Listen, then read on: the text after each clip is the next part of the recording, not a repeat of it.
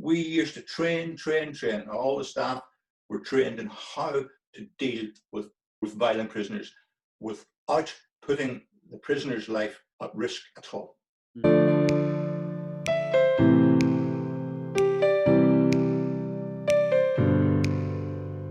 There's a pushback. And then you can use that pushback, those 13 innocent or 13 unarmed people killed, as the example. Look, we said they were only here to kill us. And look, they've gone and done it. You can see it happening in the States at the minute. I was going to say, and you can see the exact same you thing can see, I am absolutely, as an ex-police officer and 30 years in the prison service over here, I can't believe what I am seeing the police in America doing. I can't believe that they're so badly trained, and of course, the difference being in America, your chief of police is usually a political appointee, so the person at the very top is a political appointee, and the police are usually politically controlled, whether they like it or not.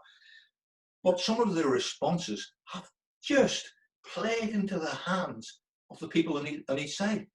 Yes, people protesting peacefully and get baton charged and hit over the head and tear gassed and what have you for protesting peacefully. Well, you've immediately turned those couple of hundred people who might have been on the fence against you. Yeah. I cannot believe what I'm seeing.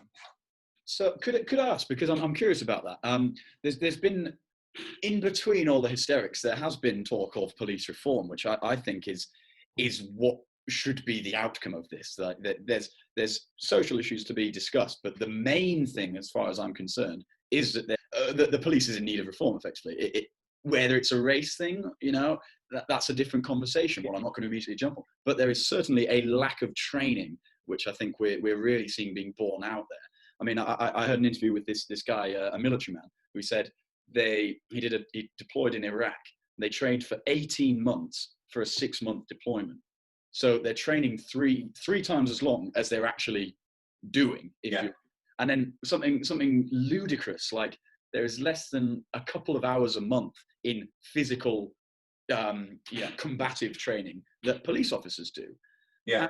I mean, so what I believe we're seeing is the George Floyd instance is separate to that, I think. But a lot of these times when it's police brutality, what I'm sort of seeing, particularly when you look at the build up to the scenario, if you look at the full footage of these sort of things gone wrong, where either somebody gets shot or there's somebody who's using excessive force, what you're seeing is normally quite young, but a police officer, there's normally by themselves or there's a couple of them in a large group of people that are absolutely terrified of what's about to go ahead. Yeah. They don't know what they're doing. They're very unsure of themselves, and they go to like the primal instinct, which is, I'm going to fight you, because that is one way that I can sort of do it.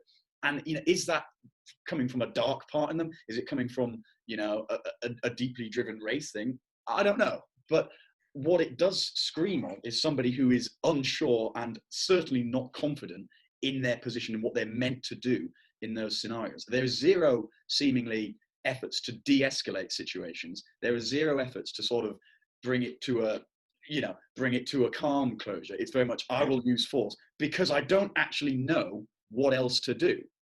To me, it's an issue of training. They're not trained properly. One of the big things, I'm going to use my prison service experience. Please do. When I joined, our control and restraint, how we used to deal with violent prisoners, was rudimentary, a bit like the American police now.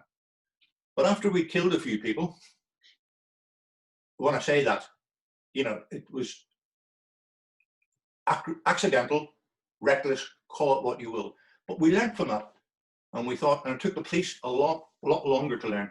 We learned all about positional asphyxiation and what have you. You don't kneel in somebody's chest, So we developed our own control and restraints method that turned out to be probably one of the best in Europe. And how I know that is because people from all the European forces used to come across and learn from us. But training, we used to train. All the staff were trained in how to deal with violent prisoners without putting the prisoner's life at risk at all.